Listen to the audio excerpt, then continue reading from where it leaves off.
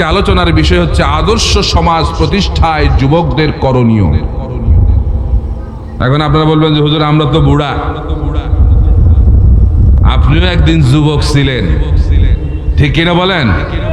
এই জন্য আমি আমার যুবক ভাইরা যে যেখানে আছেন আপনাদেরকে আমি প্যান্ডেলে আসতে বলবো। আজকের আলোচনাটা অত্যন্ত গুরুত্বপূর্ণ।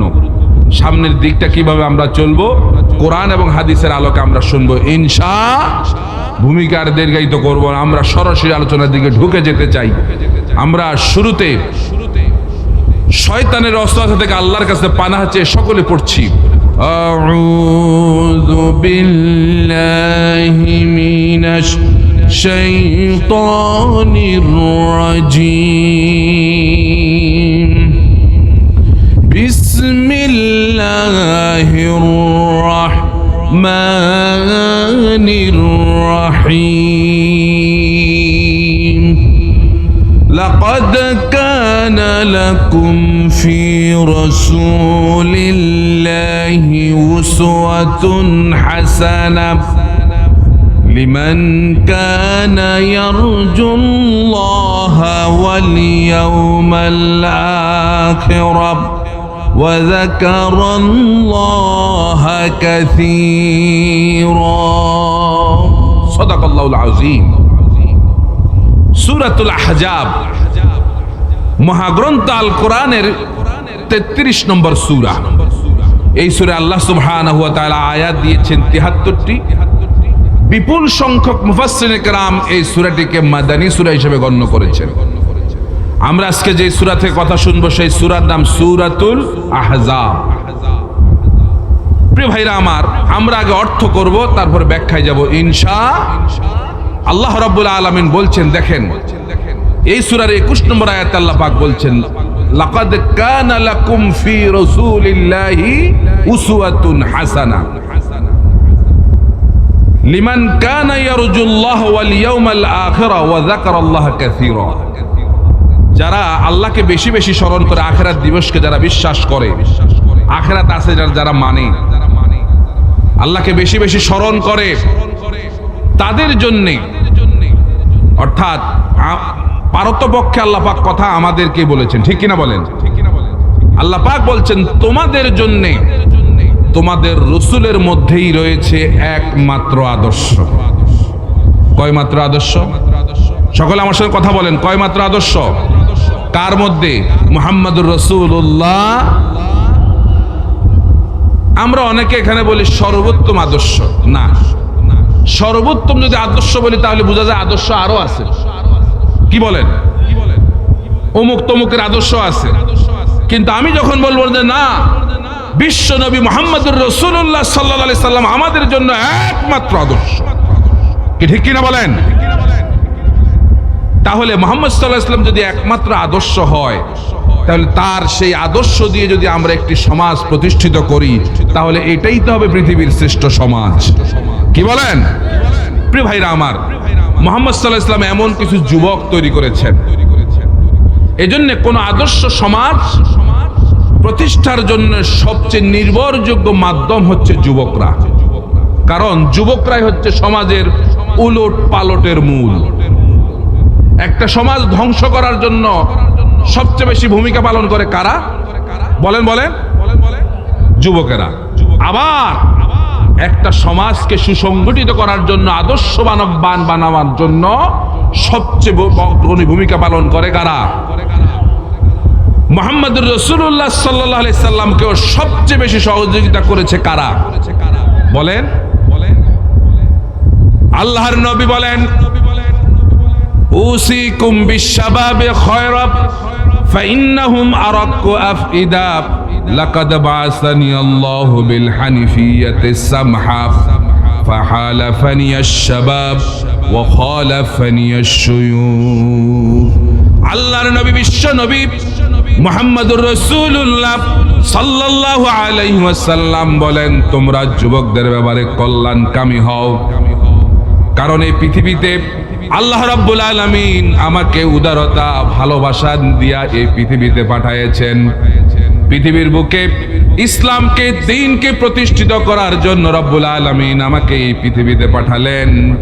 এই ইসলামকে জমিনের বুকে, দ্বীনকে জমিনের বুকে প্রতিষ্ঠিত করতে গিয়ে যুবকরাই আমাকে সবচেয়ে বেশি সহযোগিতা করেছে, আর বাধা দিয়েছে সব বুড়ারা। বাধা দিছে কারা?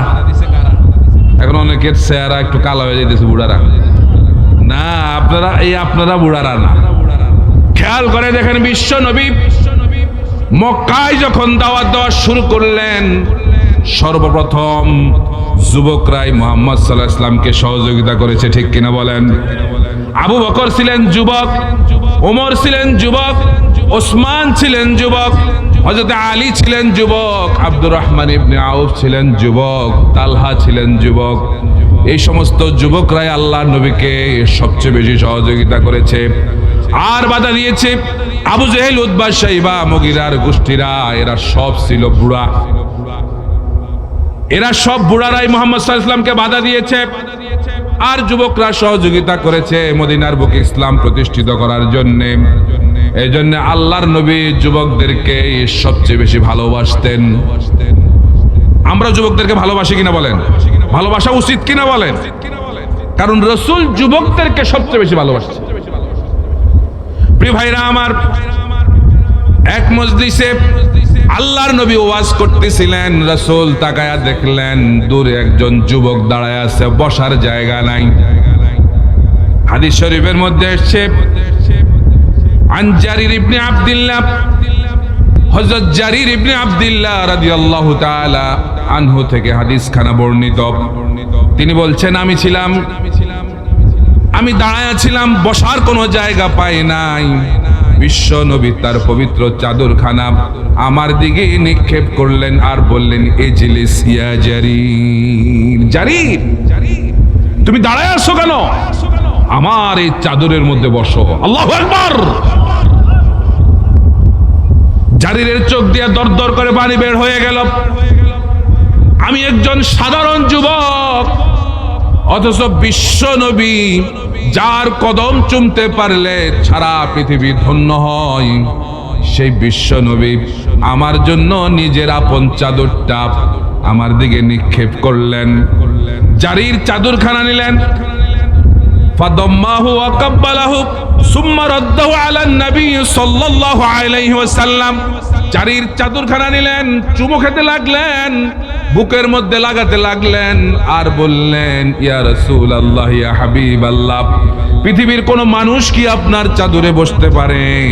তবে হ্যাঁ, আকরামাকাল্লাহ কামা আকরামতানি ইয়া রাসূলুল্লাহ।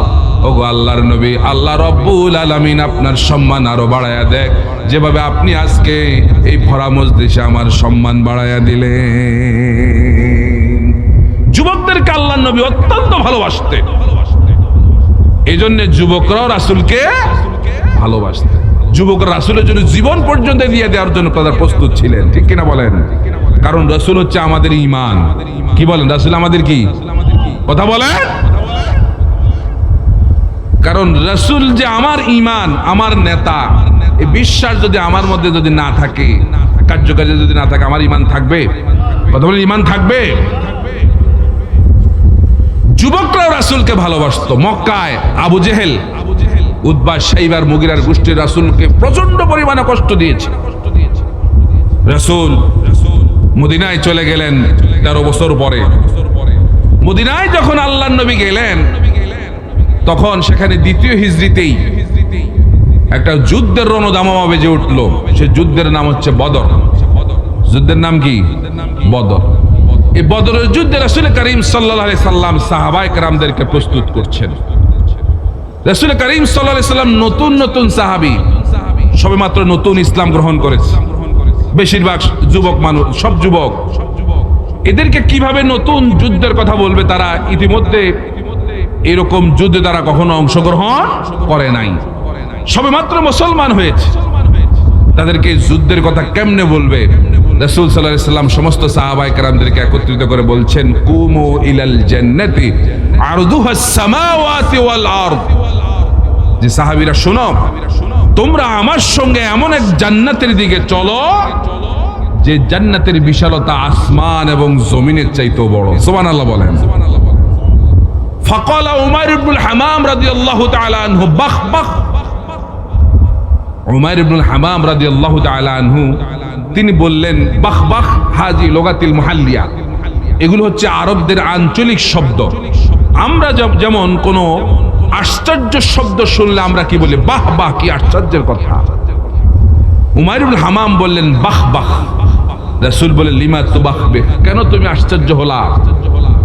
উমাইর বলছে যে আরজু আন আকুনা মিন আহলিহা, আমি হাবিব ইয়া রাসূলুল্লাহ, আপনি যে জান্নাতের সুসংবাদ দিয়েছেন, আমি উমাইর চাচ্ছি সেই জান্নাতের একজন অধিবাসী হব। সুবহানাল্লাহ বলেন। প্রিয় ভাইরা আমার, রাসূল করিম সাল্লাল্লাহু আলাইহি সাল্লাম তাদেরকে ওয়াজ করতেছিলেন, আর উমাইর ইবনুল হামাম রাদিয়াল্লাহু তাআলা আনহু সহকারে সাহাবীরা রাসূলের কথা শুনছিলেন। হযরত উমাইর তার থলের ভেতর থেকে খেজুর বের করে খেজুর খাচ্ছিলেন আর রাসূলের কথা শুনছিলেন। হঠাৎ তিনি চিন্তায় পড়ে গেলেন, আহারে, এই সম্পূর্ণ খেজুরগুলো যদি আমি খেতে যাই তাহলে ইন্নাহা লাহায়াতুন তাওয়িলা, আমার দীর্ঘ সময় লেগে যাবে, আমার জান্নাতে যেতে দেরি হয়ে যাবে। এই কথা স্মরণে যখন আসলো, উমাইর উঠে দাঁড়ালেন, থলের ভেতর থেকে খেজুরগুলো সব নিক্ষেপ করে ফেলে দিলেন। এরপরে জিহাদের ময়দানে চলে গেলেন। অনেকগুলো কাফির বেঈমানকে হত্যা করার পরে হযরতে উমাইর রাদিয়াল্লাহু তাআলা আনহু তিনি নিজেও শাহাদাত বরণ করলেন। আল্লাহর নবী বদরের শহীদদেরকে দেখবার জন্য যখন বদরের প্রান্তরে গেলেন, শহীদদের চেহারা যখন দেখলেন, উমাইরের চেহারা যখন দেখলেন, আল্লাহ রাসূল বলতেছেন, উমাইর যে জান্নাতের সুসংবাদ পেয়ে খেজুরগুলো শেষ করতে পারলে না, আমি আল্লাহর নবী সাক্ষ্য দিচ্ছি তুমি সেই জান্নাতের একজন অধিবাসী। এভাবে করে যুবক সাহাবীরা আল্লাহর নবীকে এত বেশি ভালোবাসতো, রাসূলও যুবকদেরকে ভালোবাসতেন। বদরের প্রান্তের দিকে যখন রাসূল রওনা হয়ে যাবেন, ছোট্ট ছোট্ট দুইটা বাচ্চা এসে রাসূলের সামনে এসে হাজির। একজনের নাম হলো মুআজ, একজন হলো মুআওয়াজ। বুখারীর হাদিসের মধ্যে এসেছে মুআজ এবং মুআওয়াজ, একজনের বয়স 10 বছর আর একজনের বয়স 11 বছর। দুইজন এসে রাসূলের সামনে দাঁড়ায় গেল, বলে ইয়া রাসূলুল্লাহ, ইয়া হাবিবাল্লাহ, আপনি সাহাবায়ে কেরামদেরকে নিয়ে জিহাদের ময়দানে যাচ্ছেন, আমাদের দুই ভাইয়ের ইচ্ছা আছে, আমরাও একটু আপনার সঙ্গে জিহাদের ময়দানে যেতে চাই। রাসূল বললেন, না না, এত ছোট্ট বাচ্চাদেরকে জিহাদের ময়দানে আমি নিতে পারি না। তারা দুজন বললে, রাসূলুল্লাহ, বাড়ি থেকে আজকে আসার সময় অনেক মনে বড় আশা নিয়ে আসছে, জিহাদের ময়দানে যাব আপনার সঙ্গে। তাদের এই পীড়াপিড়ির কারণে রাসূল সাল্লাল্লাহু আলাইহি সাল্লাম তাদেরকে অবশেষে বললেন, ঠিক আছে, দুজনকেই নেওয়া যাবে না, একজনকে নেব, তোমরা দুজন কুস্তি লড়ো, যে জিতবে তাকেই জিহাদের ময়দানে যাওয়ার অনুমতি দেওয়া হবে। মুআজ ছিল বড়, মুআওয়াজ ছিল ছোট। মুআওয়াজ এসে মুআজের কানে কানে বলে, ভাই, তোমার গায়ে তো শক্তি বেশি, আমি তো ছোট মানুষ, গায়ে তো শক্তি কম, তুমি তো আমাকে ধরার সঙ্গে সঙ্গেই তো আমি পড়ে যাব, কিন্তু আমি তো তোমাকে ফেলে দিতে পারবো না। তবু ভাই, খোদার কসম করে বলি, এই জিহাদের ময়দানে যাওয়ার ইচ্ছা সাথ কিন্তু আমারও আছে। যুবক ভাইরা, ছোট্ট ছোট্ট দুইটা বাচ্চা, মুআজ এবং মুআওয়াজ, কি আশা তাদের? শান্তি প্রতিষ্ঠিত করার জন্য, ন্যায় এবং ইনসাফ ভিত্তিক সমাজ প্রতিষ্ঠিত করার জন্য ছোট্ট ছোট্ট দুইটা যুবক যেভাবে এগিয়ে আসছে, আমরা কি সেভাবে এগিয়ে যেতে পারবো না সামনের দিকে? প্রিয় ভাইরা আমার, বুখারীর হাদিস, রাসূল করিম সাল্লাল্লাহু আলাইহি সাল্লাম তাদের দুজনের হেন আচরণ দেখে উভয়কেই জিহাদের অনুমতি দিয়া দিলেন। আল্লাহর নবী তাদেরকে জিহাদের ময়দানে, যুদ্ধের ময়দানে দায়িত্ব দিয়ে দিলেন। তারা দুজন যুদ্ধের ময়দানে চলে গেল। যে হাদিসটা বলবো এখন, হাদিসের রাবি আব্দুর রহমান ইবনে আউফ রাদিয়াল্লাহু তাআলা আনহু তিনি বলছেন, ইন্নী লাফিস সাফি ইয়াউমা বাদরিন ইয ইলতাফাততু ফাইজা আন ইয়ামিনি ওয়া আন ইয়াসারি ফাতায়ানি হাদিসাস সিন্নি ফাকান্নী লাম আমান হযরত আব্দুর রহমান ইবনে আউফ বলেন, আমাকে যুদ্ধের ময়দানে যেখানে দায়িত্ব দেওয়া হয়েছে আমি খেয়াল করে দেখলাম আমার ডানে একজন বাঁয়ে একজন ছোট্ট ছোট্ট বাচ্চা। এদেরকে দেখার সঙ্গে সঙ্গে আমি বিরক্ত হয়ে গেলাম। ফাকান্নি লাম আমান, আমি চিন্তা করলাম যে আমার তো কোনো নিরাপত্তা নাই, কারণ যুদ্ধের ময়দানে যারা পাশে থাকে তারাও শক্তিশালী হওয়া লাগে কিনা বলেন। আব্দুর রহমান ইবনে আউফ বলেন, আমি নিরাপদ বোধ করছি না, আমি বিরক্ত হয়ে গেলাম ছোট্ট ছোট্ট দুইটা বাচ্চাকে আমি দেখে। ইদ ক্বালা লিআহাদুহুমা সাররান মিন সাহিবিহি, ইত্তবশরে একজন এসে আমার কানে কানে বলল, ইয়া আম্মি আরিনি আবা জাহাল, ও চাচা এই জিহাদের ময়দানে আবু জেহেল কোনটা একটু দেখায়া দেন। আল্লাহু আকবার। বাচ্চাদের বয়স কত? 10-11। আর সাই কারে? আবু জেহেল কে? আবু জেহেল হচ্ছে তখন মক্কার সর্দার এবং সেনাপতি, কাফেরদের প্রধান সেনাপতি। আপনারাও জিহাদের ময়দানে অথবা রাস্তাঘাটে যাইলে আগে খুঁজেন যে ছোটো কে আছে, ঠিক কিনা বলেন? যার লগে আমি যাই ফার্মা আগে হেরে খুঁজে। যুবকরা মাজ এবং মুআওয়াজ যুদ্ধের ময়দানে খুঁজছে কারে? সবচেয়ে বড় শয়তান যে তারে। কথা বলেন না কেন? কারণ শয়তানকে আগে থামায়া দিতে পারলেই সব শেষ। কথা ঠিক আছে কিনা বলেন? প্রিয় ভাইরা আমার, আব্দুর রহমান ইবনে আউফ বলছেন, ইয়া ইবনা আখি ওয়া মা তাসনাউ বি, যে তোমরা আবু জেহেলকে পেলে তোমরা কি করবে? তারা বলল, আহাতুল্লাহ ইন রাআইতুহু আন আকতুলাহু আও আমুতা দুনা। আজকে আমরা বাড়ি থেকে আসার সময় সিদ্ধান্ত নিয়ে এসেছি, আজকে যদি ময়দানে আবু জেহেলকে পাই তাহলে হয়তো আবু জেহেল জমিনে থাকবে, আর না হয় আমরা জমিনে থাকব। আল্লাহু আকবার। কারণ আমরা জেনেছি যে আবু জেহেলে মুহাম্মদুর রাসূলুল্লাহ সাল্লাল্লাহু আলাইহি সাল্লামকে মক্কায় সবচেয়ে বেশি কষ্ট দিয়েছে। বুখারীর আরেক হাদিসের মধ্যে এসেছে, রাসূল করিম সাল্লাল্লাহু আলাইহি সাল্লাম মসজিদে হারামের ভিতরে তিনি নামাজ আদায় করছেন। আবু জেহেল, উতবা, শাইবা, মুগীরার গোষ্ঠীরা তারা মসজিদের এক কোনায় বসে বসে তারা চিৎকার চেঁচামেচি করতেছে আর বলতেছে, কেউ কি আসো এমন যে অমুক গোত্রের উটের নাড়ি বড়িগুলি এনে যদি রাসূলের কাঁধের উপর, মুহাম্মদের কাঁধের উপর ছড়ায় দিতে পারো তাহলে বিরাট পরিমাণে অর্থ এই দিরহাম তোমাদেরকে দেওয়া হবে। একজন রাজি হয়ে গেছে। সে গিয়া রাসূল করিম সাল্লাল্লাহু আলাইহি ওয়াসাল্লাম সিজদায় বিশাল এই উটের নাড়ি বড়িগুলি এনে রাসূলের কাঁধের উপর উঠাইয়া দিচ্ছে। রাসূল সাল্লাল্লাহু আলাইহি ওয়াসাল্লাম এখন এই সিজদা থেকে আর মাথা উঠাতে পারছেন না। তাদের এই চাপিয়ে দেওয়ার পরও তারা চিৎকার চেঁচামেচি নাচানাচি করতেছে, হই হুল্লোড় করতেছে। তাদের আওয়াজ শুনে রাসূলের মেয়ে হযরতে ফাতেমা রাদিয়াল্লাহু তাআলা আনহা তিনি ঘর থেকে বের এসে যখন বাবার এই অবস্থা দেখলেন, হযরতে ফাতেমা আস্তে আস্তে করে উঠে নাড়িবুড়িগুলি সরালে, এরপরে বিশ্বনবী আস্তে করে মাথা উঠাইলেন। বিশ্বনবী ওই দিন 7 জনের জন্য বদদুয়া দিছে। কয়জন? এই 7 জনের মধ্যে আবু জেহেল একজন। এখন মাজ এবং মুআওয়াজ বলতেছে যে আজকে বাড়ি থেকে আসার সময় সিদ্ধান্ত নিয়ে আসলাম, আজকে হয়তো ময়দানে আবু জেহেল থাকবে আর না হয় আমরা থাকব। আমার যুবক ভাই যারা আছেন, আপনাদের প্রতি উদাত্ত আহ্বান আমার থাকবে যে কোন বাতিলকে ময়দানে টিকতে দেওয়া যাবে।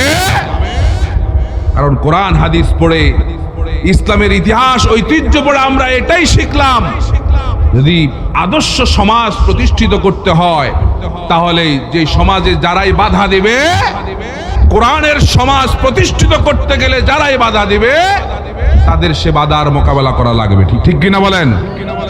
মদিনায় কোরআনের সমাজ প্রতিষ্ঠিত করতে গিয়ে বাধা দিছে আবু জেহেল, আবু জেহেল শেষ। ঠিক কিনা? প্রিয় ভাইরা আমার, আব্দুর রহমান ইবনে আউফ রাদিয়াল্লাহু তাআলা আনহু তিনি বলছেন, এতক্ষণ পর্যন্ত আমার মধ্যে যে ভয় ছিল এখন আর সেই ভয়টা এখন আর নাই। ফাআশারতু লাহুমা ইলাইহি ফাশাদ্দা আলাইহি মিসলা সখরাইন হাত্তা দারাবাহু ওয়া হুমা আবনা আফরা। আমি যখন তাদেরকে ইশারা করে দিলাম, ওই যে দূরে আবু জেহেলকে দেখা যায়, আমি খেয়াল করে দেখলাম এই দুইটা যুবক সিংহ শাবকের নেই, আবু জেহেলের দিকে এমন ভাবে দৌড়ায়া গেল। আল্লাহু আকবার। এখন আবু জেহেলের সামনে গিয়ে, এটা অন্য হাদিসে আছে, যাই বলতেছে আবু জেহেলের গোড়া উপরে সেই আবু জেহেল, আর এরা দুইজন নিচে, তার পায়ের নিচে পড়ে আছে দুইজন। সেখানে সামনে যা বলতেছে, এই আবু জেহেল নাম, ঘোড়া থেকে নাম। আবু জেহেল প্রথমে একটা পাত্তা টাত্তা দেয়, কে ছোট্ট যুবক দুইটা, এরা আমার কি ক্ষতি করবে। অনেকক্ষণ পীড়াপিড়ির পরে এবার আবু জেহেল দেখছে এটা তো আচ্ছা বিরক্ত করতেছে, এবার আবু জেহেল তরবারি চালানো শুরু করছে। আবু জেহেল তরবারি চালাচ্ছে, আবু জেহেলের তরবারির আঘাতে মুআয রাদিয়াল্লাহু তাআলা আনহুর এই বাম হাতটা কেটে সামান্য চামড়াটার সঙ্গে হাতটা ঝুলতেছে, আর তিনি অন্যান্য আঘাতগুলো তার ডান হাত দিয়ে, ডান হাতের তরবারি দিয়ে আঘাতগুলো তিনি ভিড়াচ্ছেন। অনেকক্ষণ পরে ভিড়ানোর পরে মুআয রাদিয়াল্লাহু তাআলা আনহু বুদ্ধি করে গিয়ে ঘোড়ার পায়ের মধ্যে যখন আঘাত করলেন, ঘোড়া যখন পড়ে গেছে, আবু জেহেলও পড়ে গেছে মাটিতে। আল্লাহু আকবার কোন। এবার এই মুআয এবং মুআওয়াজ দুজনে গিয়ে আবু জেহেলের কাঁধের উপর উঠে বসছে। আবু জেহেল কয়, বাবারা আমি বুঝে ফেলেছি আমার সময় কি, আমার সময় আর আমার এখন কি ভাগতে হইব নাকি পালাইতে হবে, আমার সময় শেষ, আমার বাহাদুরি যা ছিল সব কি শেষ। এখন আবু জেহেল বলতেছে, তোমরা তো আমারে মারবাই ঠিক, আমার কল্লাটা যখন কাটবা একটু বড় করে কাটতো, যাতে করে সকলের কল্লা যখন একসাথে রাখবে আমার মাথাটা যেন একটু সবার উপরে দেখা যায়। কথা বুঝে আসছে কিনা? তাইলে মরার আগেও তার অহংকার যায় নাই। এইভাবে করে রাসূল করিম সাল্লাল্লাহু আলাইহি সাল্লাম যুবকদেরকে ভালোবাসতেন, যুবকরাও রাসূলকে ভালোবাসত। এখন আসুন আমরা একটি আদর্শ সমাজ প্রতিষ্ঠিত করতে হলে যুবকদের কি করণীয়, যুবকদেরকে কেমন প্রস্তুতি নিতে হবে, সেই বিষয়গুলো পয়েন্ট আকারে আমরা শুনবো ইনশাআল্লাহ। এক নম্বরে প্রিয় ভাইরা আমার, আদর্শ সমাজ গঠনের লক্ষ্যে যুবকদেরকে কঠিন শক্ত ইস্পাতের মতো, এমন মজবুত সীসাডালা প্রাচীরের মতো তাদেরকে হওয়া লাগবে, ঠিক কিনা বলেন? এক নম্বর হচ্ছে তাদেরকে ঈমানের বলে বলিয়ান হইতে হবে। ঈমান যখন তাদের কাছে প্রাধান্য পাবে, অন্য সকল কিছু তাদের কাছে তুচ্ছ হয়ে যাবে। কোন মানুষের হুমকি ধুমকি চোখ রাঙানিকে তখন এই যুবকরা আর ভয় পাবে। 144 দ্বারা জারি করেও তখন এই যুবকদেরকে আর ঠেকায় রাখা যাবে না। যুবকরা পিটার চোটে 144 দ্বারা 288 দ্বারা হয়ে যাবে। কথা বলেন না কেন? তাহলে এক নম্বরে তাদেরকে ঈমানের শক্তি তাদেরকে বলিয়ান হওয়া লাগবে। আর এই ঈমানের শক্তির সর্বপ্রথম বাধা হচ্ছে তাগুত। বাধা কি? সবাই তাগুত বলেন, তাগুত। আল্লাহ রাব্বুল আলামিন বলেন, فَمَن يَكْفُرْ بِالطَّاغُوتِ وَيُؤْمِن بِاللَّهِ فَقَدِ اسْتَمْسَكَ بِالْعُرْوَةِ الْوُثْقَى لَا انفِصَامَ لَهَا وَاللَّهُ سَمِيعٌ عَلِيمٌ। فَمَن يَكْفُرْ بِالطَّاغُوتِ, সর্বপ্রথম তাগুতকে অস্বীকার করতে হবে। এখন তাগুত কি? তাগুত হচ্ছে শয়তান। তাগুত কি বলেন? সকলে বলে, কোনো আওয়াজ কিন্তু পাচ্ছি না মাঠ থেকে। তাগুত কি? শয়তান। এখন আমাদের দেশে কি শয়তান আছে? এই দু একজনকে আছে, আমাদের সঙ্গে আছে। আমাদেরকে সবচেয়ে বেশি অসুয়াশা দেয় কে? নামাজ পড়তে যাইস না, ভালো কাজে যাইস না, কোরআনের রাজ কায়েমে রাস্তায় নামিস না, এগুলো কে বলে? শয়তান। আর কেউ বলে? আর কেউ কয় না? কোরআনের সমাজকে এই 92% মুসলমান সবাই চায়। কথা বলেন না কেন? আমি আপনাদেরকে প্রশ্ন করি, কোরআন দিয়ে সমাজ চললে আপনার কোনো ক্ষতি আছে না বরং লাভ? এখন ক্ষতিটা কার? শয়তানের। কোরআন দিয়ে দেশ সমাজ রাষ্ট্র চলুক, এটা চায় না কে? চোরে কি চায়? কথা কয় না। চোরে কি চায়? জেনা করে কি চায়? দুর্নীতিবাজে কি চায়? ডাকাতে কি চায়? আরেকজনের জমিন যে দখল করে সে কি চায়? কেন চায় না? কারণ চোরে জানে কোরআন দিয়ে দেশ চললে সবার আগে তার হাত কাটা যাবে, ঠিক কিনা? জেনাখোরে জানে কোরআন দিয়ে দেশ চলে তার পিঠে চামড়াও। এই জন্য তারা জাতে মাতা লইল তালে, ঠিক কি ঠিক কিনা? এই জন্য এরা কোরআন দিয়ে দেশ চলুক এটা চায় না। কিন্তু যুবকরা যদি চায়, এই দেশের অধিকাংশ যুবকরা যেটা চাবে সেটাই হবে। কথা ঠিক আছে কিনা বলেন? এই জন্য 1 নম্বরে তাগুতকে অস্বীকার করতে হবে। তাগুত হচ্ছে সেই শক্তি যে শক্তি নিজেই শুধুমাত্র আল্লাহর আইন অমান্য করে না, বরং মানুষদেরকে আল্লাহর আইন অমান্য করতে বাধ্য করে। আমি আপনাদেরকে প্রশ্ন করতে চাই, এই দেশ, সমাজ, রাষ্ট্র, এই জমিনটা কার? কথা বলেন কার? আরো জোরে বলেন কার? আরো জোরে আওয়াজ দিয়ে বলেন কার? আল্লাহর এই জমিন আল্লাহর কোরআন দিয়ে চলুক, আমরা কি সবাই চাই? জোরে বলেন, সবাই কি চায়? তাহলে যে চায় না সেই তাগুত, যে চায় না সেই কি তাগুত। প্রিয় ভাইরা আমার, সর্বপ্রথম তাগুতকে অস্বীকার করতে হবে। আল্লাহ রাব্বুল আলামিন বলেন, তাগুতকে অস্বীকার করার পরে সে এমন এক শক্ত, এমন কঠিন ঈমান ধারণ করলো যে পথ থেকে কেউ তাকে এক চুল পরিমাণও সরাইয়া দিতে পারবে না। নির্বাচনের আগে 500 টাকা দিলে রাস্তা থেকে সে সরে যাবে না। কথা বলেন না কেন? কি কথা ঠিক আছে কিনা? আর নাইলে 500 টাকা 1000 টাকা লোভ লালসা আমাদেরকে হকের পথ থেকে অনেক সময় সরাইয়া দেয়। কিন্তু সেই যদি সত্যিকারে ইমানদার হয় আর তাগুতকে যদি অস্বীকার করার পরে আল্লাহ বলেন এমন ইমান ধারণ করলো, 500 টাকা না 5000 কোটি টাকা তার সামনে পড়ে থাকলে অবৈধভাবে সে 1 পয়সা এখান থেকে ধরবে না। কথা ঠিক কিনা বলেন? এমন ঈমান ছিল সাহাবায়ে কেরামদের। এজন্য আল্লাহ রাব্বুল আলামিন আমাদেরকে সাহাবীদের মতো ঈমান আনতে বলেছেন। রব্বুল আলামিন বলেন, ওয়া ইযা কিলা লাহুম আমিনু কামা আমানান নাস, যখন তাদেরকে বলা হলো ঈমান আনো, কামা আমানান নাস, যেমনি ভাবে সাহাবায়ে কেরাম ঈমান এনেছে।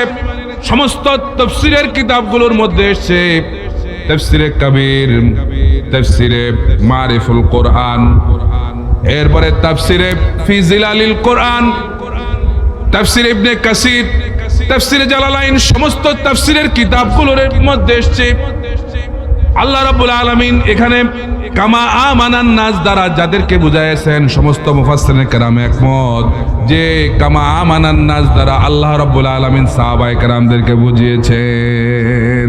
তাহলে ঈমান আনো কাদের মতো? সবাই বলেন, ঈমান আনো কাদের মতো? ঈমান আনো সাহাবীদের মতো ঈমান আনো। যেন তো ঈমান আনলে হবে না, ঈমান আনতে হবে কাদের মতো? সাহাবীদের মধ্যে যদি ঈমান আনা যায় তাহলে এই যুবককে কেউ কখনো অন্যায় কিছু দিয়া, অন্যায় আবদার দিয়ে যুবকদেরকে তার মিশন এবং ভীষণ থেকে 1 চুল পরিমাণে সরাই দিতে পারবে না। কি কথা ঠিক আছে কিনা? এই জন্য যুবকদের 1 নম্বরে ঈমানের বলে তাদেরকে বলিয়ান হওয়া লাগবে। ঈমানের বলে যদি যুবকরা বলিয়ান হতে পারে, আল্লাহ এদের ব্যাপারে বলেন, এই যুবকরা যদি দেশ সমাজ রাষ্ট্র পরিচালনা করে, আল্লাহ বলছেন, ওয়ালাউ আন্না আহলাল কুরা আমানু ওয়াত্তাকাউ লাফাতাহনা আলাইহিম বারাকাতিম মিনাস সামাই ওয়াল আরদ। রব্বুল আলামিন বলেন, জনপদের লোকেরা যদি আমার উপর ঈমান আনে আর আমাকে ভয় করার নীতি যদি অবলম্বন করে চলে, তাহলে 2টা কাজ করলে কয়টা কাজ? আল্লাহ পাক বলেন, জনপদের লোকেরা যদি আমার উপর ঈমান আনে আর আমাকে ভয় করার নীতি যদি অবলম্বন করে চলে, তাহলে আমি আল্লাহ রাব্বুল আলামিন আসমান এবং জমিনের সমস্ত বরকতের দরওয়াজা খুলে দেব। আল্লাহু আকবার। তাহলে দেশের লোকেরা যদি ঈমান আনে কার উপর? সবাই বলেন কার উপর? আর আল্লাহকে ভয় করে চললে এই দেশ বরকতে ভরে যাবে। ঠিক কিনা বলেন? ঠিক কিনা? প্রিয় ভাইরা আমার, পৃথিবীর 2য় বৃহত্তম মুসলিম দেশ বাংলাদেশ, এদেশে খনিজ সম্পদের কোনো অভাব নাই। ঠিক আছে কিনা বলেন? এদেশে সম্পদের কোনো অভাব নাই। অভাব শুধু একটা, সৎ এবং যোগ্য নেতৃত্বের অভাব। ঠিক কিনা বলেন? এই জন্য প্রিয় ভাইরা আমার, আমাদেরকে যদি আমরা সৎ এবং যোগ্য নেতৃত্ব, ইমানদার নেতৃত্ব, নামাজি নেতৃত্ব যদি প্রতিষ্ঠিত করতে পারি, তাহলে দেশে শান্তি আসবে এবং বরকত দিয়ে ভরে যাবে। ঠিক কিনা বলেন? এই জন্য নামাজি নেতৃত্ব তৈরি করতে হবে সমাজের মধ্যে। কারণ যে লোকটা আল্লাহর হক আদায় করে, সেই মানুষেরও হক আদায় করবে। আর যে লোকটা নামাজি পড়ে না, আল্লাহর হক আদায় করে না, সে কষ্টিন কালো মানুষের হক আদায় করতে পারে না। কি কথা ঠিক আছে কিনা বলেন? প্রিয় ভাইরা আমার, আল্লাহ রাব্বুল আলামিন আরো বলেন, এই ঈমানদাররা কখনো আল্লাহর ব্যাপারে কোনো সন্দেহ করবে না। রব্বুল আলামিন বলছেন, ইন্নামাল মুমিনুনা আল্লাযীনা আমানু বিল্লাহি ওয়া রাসূলিহি সুম্মা লাম ইয়ারতাবু ওয়া জাহাদু বিআমওয়ালিহিম ওয়া আনফুসিহিম ফি সাবিলিল্লাহ উলাইকা হুমুস সাদিকুন। আল্লাহ পাক বলছেন, ঈমানদার তো তারা। এখন আপনারা বলেন কারা? ঈমানদার তো তারা যারা আল্লাহ এবং তার রাসূলের উপর ঈমান আনার পর, খুব খেয়াল করতে হবে, আল্লাহ এবং তার রাসূলের উপর ঈমান আনার পরে সুম্মা লাম ইয়ারতাবু, কোনো সন্দেহ এরা করে না। কি সন্দেহ করে না? সেটা কোনটা? আমাদের অনেকে ঈমান আনার পরে সন্দেহ আছে। অনেকের সন্দেহ হলে কোরআন দিয়ে যদি দেশ চলে, তাহলে দেশ ঠিক মতো চলবে না। কথা বলেন, বলে কি না? এই জন্য তারা কোরআন দিয়ে দেশ চলুক এটা চায় না। এদের এখানে সন্দেহ আছে, এটা তাদের সন্দেহ। কি সন্দেহ? এখন আল্লাহ বলে, আল্লাহর উপর ঈমান আনার পরে, আল্লাহ এবং তার রাসূলের উপর ঈমান আনার পরে সুম্মা লাম ইয়ারতাবু, কোনো সন্দেহ এদের নাই। তারা বিশ্বাস করে কোরআন দিয়ে দেশ সমাজ রাষ্ট্র চলবে। ঠিক কিনা বলেন? তারা এই কোরআনকে শুধুমাত্র আমাদের ঘরের মধ্যে বন্ধ করে তারা রাখতে চায় না। তারা এই কোরআন দিয়ে দেশ সমাজ রাষ্ট্র সব জায়গায় কোরআন দিয়ে তারা চালাতে চায়। ঠিক কিনা বলেন? ঠিক কিনা? কোনো সন্দেহ এরা করে না। ওয়াজাহাদু বিআমওয়ালিহিম ওয়া আনফুসিহিম ফি সাবিলিল্লাহ, আর এরা আল্লাহর রাস্তায় জান এবং মাল দিয়ে সংগ্রাম করে। আল্লাহ বলেন, উলাইকা হুমুস সাদিকুন, এরাই হচ্ছে ঈমানের দাবিতে সত্যবাদী। এরা ঈমানের দাবিতে সত্যবাদী। প্রিয় ভাইরা আমার, তাহলে যুবকদেরকে 1 নম্বরে ঈমানের বলে বলিয়ান হওয়া লাগবে। 2 নম্বরে, শুনতেছেন যুবকরা, শুনতেছেন? 1 নম্বরে ঈমানের বলে বলিয়ান হতে হবে। তাহলে আপনার যে মিশন এবং ভিশন, সেই মিশন এবং ভিশন থেকে কেউ আপনাদেরকে এক চুল পরিমাণে সরাইয়া দিতে। আপনার মিশন হচ্ছে আদর্শ সমাজ প্রতিষ্ঠা করা। ঠিক কিনা বলেন? আদর্শ রাষ্ট্র প্রতিষ্ঠা করা। ঠিক কিনা? তাহলে 2 নম্বর বলছি, তাদেরকে তাকওয়াবান হওয়া লাগবে। তাকওয়া, আল্লাহর ভয় তাদের মধ্যে আসতে হবে। যারা আমাদেরকে নেতৃত্ব দিবে, এদের মধ্যে ভয় থাকতে হবে কার? এমন কি পরকালে আখিরাতের জবাবদিহিতার চিন্তা থাকা লাগবে। কারণ আখিরাতের জবাবদিহিতার চিন্তা না থাকলে এই লোকটা শয়তানের চাইতে নিকৃষ্ট হয়ে যায়। কি কথা ঠিক আছে কিনা? তাকওয়ার ব্যাপারে বলা হয়েছে যে একটি মাত্র বিষয় যদি মানুষের মধ্যে থাকে, এই লোকটা আল্লাহর কাছে ফেরেশতার চাইতে সম্মানিত হয়ে যায়। আবার ওই জিনিসটা বুঝি কোনো মানুষের মধ্যে যদি না থাকে, সেই শয়তানের চাইতে নিকৃষ্ট হয়ে যায়। এটার নাম কি? তাকওয়া। নাম কি? তাকওয়া। আল্লাহ রাব্বুল আলামিন এই জন্য বলেন, ইয়া আইয়ুহাল্লাযীনা আমানুত্তাকুল্লাহা হাক্কা তুকাতিহি ওয়া লা তামুতুন্না ইল্লা ওয়া আনতুম মুসলিমুন। ওহে দুনিয়ার ঈমানদাররা, শোনো, তোমরা আল্লাহকে ভয় করো, ভয়ের হক আদায় করে করো। অন্য আয়াতে আল্লাহ বলেন, ফাত্তাকুল্লাহা মাস্তাতাতুম, আল্লাহকে ভয় করো, যতটা ভয় করা সম্ভব ততটাই আল্লাহকে ভয় করো। যেই লোকটা আল্লাহকে ভয় করে, ওই লোকটাকে কোনোদিন চুরি করতে পারে, অন্যের সম্পদ নষ্ট করতে পারে। যদি সেই লোকটা এলাকার মেম্বার হয়, চেয়ারম্যান হয়, তাহলে মানুষের হক নষ্ট করতে পারে, কাবিখা খাইতে পারে, কালবাট খাইতে পারে, রাস্তা খাইতে পারে পারে, কারণ সম্পদটা কার? মানুষের। সম্পদ কার? মানুষের। দিছে কে? সরকার দিছে। কিন্তু এই লোকটা আল্লাহর ভয় না থাকার কারণে, জবাবদিহিতার চিন্তা না থাকার কারণে সব নিজের মনে করে খেয়ে ফেলে। ঠিক কিনা বলেন? এই জন্য আমাদের উন্নতি নাই, এই জন্য আমাদের উন্নতি হচ্ছে না। প্রিয় ভাইরা আমার, 2 নম্বরে তাকে অবশ্যই তাকওয়া অবলম্বন করে চলতে হবে। এখন তাকওয়া কি আমি স্বাভাবিকভাবে বুঝাই। তাকওয়া হচ্ছে বাইং মাছ। চিনেন নি আপনারা বাইং মাছ? কে কে চিনেন বাইং মাছ? হাত উঠান। আলহামদুলিল্লাহ, ব্যাকে তো চিনি, রামগঞ্জের মানুষ। বাইং মাছ থাকে কই? কাদাতে। এখন এই বাইং মাছ কাদার ভেতরে থাকে, কিন্তু যখন তার মুখ ধরে টান দেন, গায়ে কোনো কাদা থাকে? একবার পরিষ্কার থাকে না। এই জন্যে বলা হয়েছে বাইং মাছ থেকে শিক্ষা গ্রহণ করো। এত কাদার ভেতরে থাকার পরে তার গায়ে কোনো কাদা লাগে না। সুতরাং তুমি যে সমাজে আসো, সেই সমাজে চুরি, বাটপারি, জেনা, ব্যভিচার, হত্যা, ধর্ষণ, খুন, রাজধানী, মারামারি, কাটাকাটি, জমি দখল, জবরদখল সবকিছুতে সেই সমাজে আছে। ফিতনা, ফাসাদ সব আছে।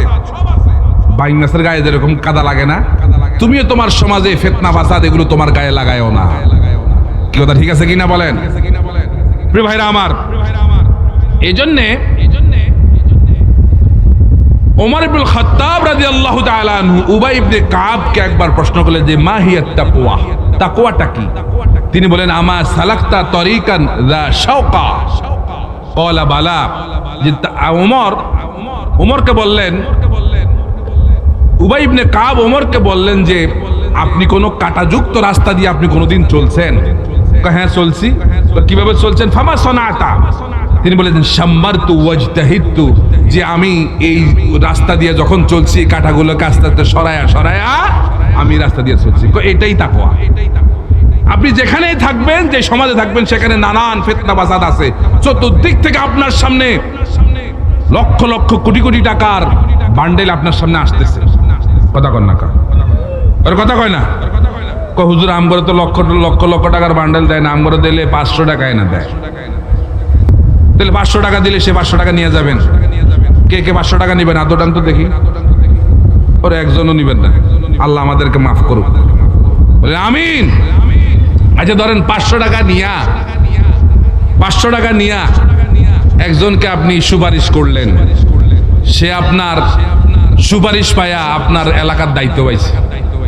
পায়া আল্লাহ রাব্বুল আলামিন বলেন যে এই লোকটা আপনার এলাকায় থেকে যতগুলো ভালো কাজ করবে, মাইয়াশফা শাফাআতান হাসানা, কেউ যদি কাউকে ভালো কাজের জন্য সুপারিশ করে, দায়িত্ব দেয়, ওই লোকটা ভালো কাজ করার কারণে যতগুলো ভালো কাজ সে করেছে, এই সবগুলো ভালো কাজের একটা সওয়াব আপনার আমলনামায় আসবে। সুবহানাল্লাহ কোন। এখন ভালোটা আসলে খারাপটা কি আসবে না? আসার কথা নেই। আবার এই লোকটা সমাজে তো নিকৃষ্ট কাজ করবে, জেনা করলো, ব্যভিচার করলো, চুরি করলো, ডাকাতি করলো, বদমাশি করলো, যা কিছু করলো, ওর একটা অংশ আপনার আমলনামায় আসবে। কথা বুঝাচ্ছে কিনা? বুঝাচ্ছে কিনা? এজন্য প্রিয় ভাইরা আমার, এইভাবে করে আমাদেরকে সমাজে চলতে হবে। প্রিয় ভাইরা, এই তাকওয়া যখন আমরা অবলম্বন করে চলবো, যুবক ভাইরা, তখন আমার আপনার পরিচয় আল্লাহ বলেন ইন্নালিল মুত্তাকিনা মাফাজা। এই মুত্তাকি তখন আমাদের পরিচয় হবে। আর এই মুত্তাকিদের জন্য রয়েছে বিরাট পুরস্কার। আল্লাহ পাক এদেরকে জান্নাত দিবেন। কি দিবেন? সেই জান্নাত দিবেন, এমন এক জান্নাত, সেই জান্নাতের তলদেশ দিয়ে 4 ধরনের নহর প্রবাহিত হতে থাকবে। সুবহানাল্লাহ। টাইম কমের জন্য আমি বলছি না। এরপরে 3 নম্বরে এই যুবকদেরকে ইসলামী জ্ঞানের অধিকারী হতে হবে। ইসলামী জ্ঞানের অধিকারী হতে হবে, কারণ জ্ঞান ছাড়া সব কিছু কি বৃথা। আপনি আপনার সমাজ রাষ্ট্র পরিচালনা করার জন্য জ্ঞানের দরকার আছে কিনা বলেন? আল্লাহ রাব্বুল আলামিন মুহাম্মদুর রাসূলুল্লাহ সাল্লাল্লাহু আলাইহি সাল্লামকে বলেন, তাহা মা আনজালনা আলাইকাল কুরআনা লিতাশকা। হাবিব, এই কোরআন আমি আপনার উপরে এজন্য নাজিল করি নাই যে কোরআন পেয়ে আপনি ভাগ্যাহত হয়ে যাবেন, ভাগ্য বিপর্যস্ত হয়ে যাবেন, এজন্য কোরআন পাঠাই নাই। কারণ কোরআন সমাজে পাঠিয়েছে আপনার ভাগ্য সুপ্রসন্ন করার জন্যে। তাহলে আপনি জাতির ভাগ্য কিভাবে পরিবর্তন করবেন? কোরআনের জ্ঞান আপনার মধ্যে থাকতে হবে, তাহলে আপনি জাতির ভাগ্য পরিবর্তন করতে পারবেন। ঠিক কিনা বলেন? এই জন্য জ্ঞানে আপনাকে সমৃদ্ধ হতে হবে। আল্লাহ রাব্বুল আলামিন পৃথিবীতে যত নবী এবং রাসূল আসছেন সবাইরে কি বুদ্ধি দিবেন না জ্ঞান দিবেন? কোন তো সবাই বলেন। যত নবী পৃথিবীতে পাঠাইছেন সবাইরে জ্ঞান দিবেন, কাউরে বুদ্ধি দিছি এই কথা আল্লাহ বলেন নাই। কারণ বুদ্ধিজীবী হইলে শয়তান। বুদ্ধিজীবী কে? আবার বুদ্ধি বেশি হইলে উল্টাপাল্টা করে বসে। ঠিক আছে কিনা বলেন? বুদ্ধির ঠেলায় আল্লাহরে কয় দেয়ার ইজ নো গড, স্রষ্টা বলতে কিছুই নাই। দেখেন আদম আলাইহিস সালামকে আল্লাহ পাক জ্ঞান দিবেন, জ্ঞান দিবেন না? আদম আলাইহিস সালাম জান্নাত থেকে যখন জমিনে চলে আসলেন তিনি সবসময় বলতেছেন, আহারে আল্লাহ যদি আমার প্রশ্ন করে কি জবাব আমি দিব আল্লাহ? চিন্তা করতেছে মনে মনে, কিন্তু একটা চিন্তা মাথায় আসছিল যে আল্লাহরে বলবে, আল্লাহ তুমি জান্নাতে, অথবা আমি আর আপনি থাকলে কিন্তু এই চিন্তাটা করতাম যে আল্লাহ তুমি জান্নাতে এত কিছু বানাইছো, এই গাছটা বানায় আমারে কেন বিপদে ফেলাইলে? কি কথা ঠিক আছে কিনা? এই গাছটা না থাকলে তো আমার জমি নেওয়া লাগতো না। ঠিক আছে না ভাই? এখন আদম আলাইহিস সালাম জানে যে আল্লাহর সামনে যুক্তি চলে না। কি চলে? আত্মসমর্পণ। কি চলে? আদম আলাইহিস সালাম জমিনে থাকাকালীন রব্বুল আলামিন প্রশ্ন করছেন, আদম জান্নাতে থাকতে দিলাম, জান্নাত থেকে যেই কারণে বের হয়েছো কেন ওই জায়গায় গেলাম? আদম আলাইহিস সালাম শয়তানের মতো আল্লাহর সামনে যুক্তি দেয় নাই। আদম আলাইহিস সালামের জ্ঞান দিয়েছেন আল্লাহ, এই জন্য জ্ঞান থেকে আদম আলাইহিস সালাম আল্লাহকে বলে, রব্বানা যালামনা আনফুসানা ওয়া ইল্লাম তাগফির লানা ওয়া তারহামনা লানাকুনান্না মিনাল খাসিরিন। আয় আল্লাহ, আমি আমার নিজের উপর জুলুম করেছি। ওয়া ইল্লাম তাগফির লানা, আপনি যদি আমাকে ক্ষমা না করেন তাহলে, ওয়া তারহামনা, আমাকে যদি রহম না করেন, দয়া না করেন, লানাকুনান্না মিনাল খাসিরিন, তাহলে আমি ক্ষতিগ্রস্তদের অন্তর্ভুক্ত। আল্লাহ পাক আদম আলাইহিস সালামকে মাফ করে দিয়েছে না? আর শয়তান জ্ঞান দেখায় নাই, বুদ্ধি দেখাইছে। শয়তান কয় যে খালাকতানি মিন নার ওয়া খালাকতাহু মিন তিন, আপনি আমাকে বানাইছেন আগুন দিয়া আর আদমরে বানাইছেন মাটি দিয়ে। সে বুদ্ধিজীবী। এজন্য আমাদেরকে জ্ঞানে সমৃদ্ধ হওয়া লাগবে। আমাদেরকে জ্ঞান দিয়ে সামনের দিকে এগিয়ে যেতে হবে।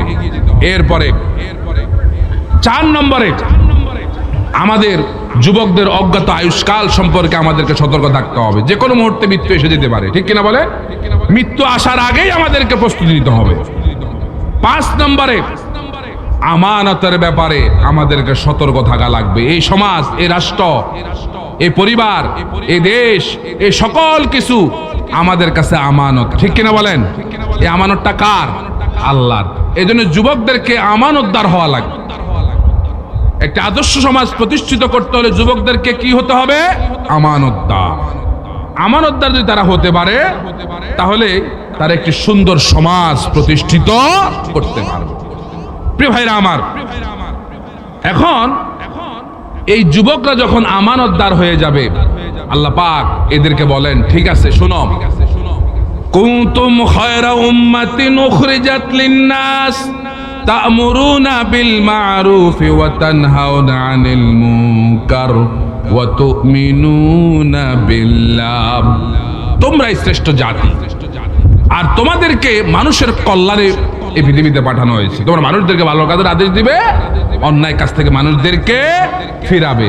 প্রিয় ভাইরা আমার, যুবকদেরকে এরপরে 8 নম্বরে যে কাজটা করতে হবে, আমি সংক্ষেপে শেষ করছি, অনেক আলোচনা। 8 নম্বরে তাদেরকে ত্যাগের মহিমায় উদ্ভাসিত হতে হবে। ত্যাগের মন মানসিক থাকতে হবে। কি এমন অনেক বিষয় সামনে আসবে যেগুলো ত্যাগ করে সামনের দিকে এগিয়ে যাওয়া লাগবে।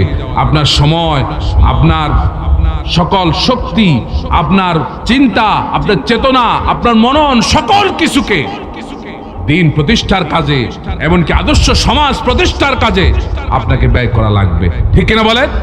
আর এটা যুবকদের দ্বারা সম্ভব। ঠিক কিনা বলেন? যুবকরা যে পারে এটা আমরা দেখছি না?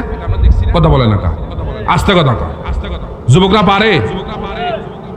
এই দু একজনকে পারে, বাকিরা চুপ করে বসে রয়েছে। যুবকরা কি পারে? আলহামদুলিল্লাহ বলেন। এরপরে নফসের আম্মারা তথা কুপ্রবৃত্তির বিরুদ্ধে এদেরকে জিহাদ করতে হবে, জিহাদে লিপ্ত হবে। 10 নম্বরে এদেরকে তার আত্মিক পরিশুদ্ধির অর্জন করতে হবে, অন্তরাত্মার পরিশুদ্ধ করতে হবে। এমনকি এই অন্তরাত্মার পরিশুদ্ধ যখন করবে তখন এই যুবকরাই হয়ে যাবে নারীর ইজ্জতের হেফাজতকারী। ঠিক কিনা বলেন? আচ্ছা আপনারা বলেন, ইফটিজিং করে কারা? সব চুপ করে বলিস।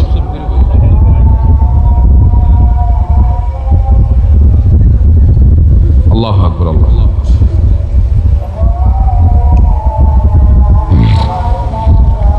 নামাজের পরে আর 1 মিনিট কথা বলে শেষ করে দেবেন ইনশাআল্লাহ, এই আজানের পরে।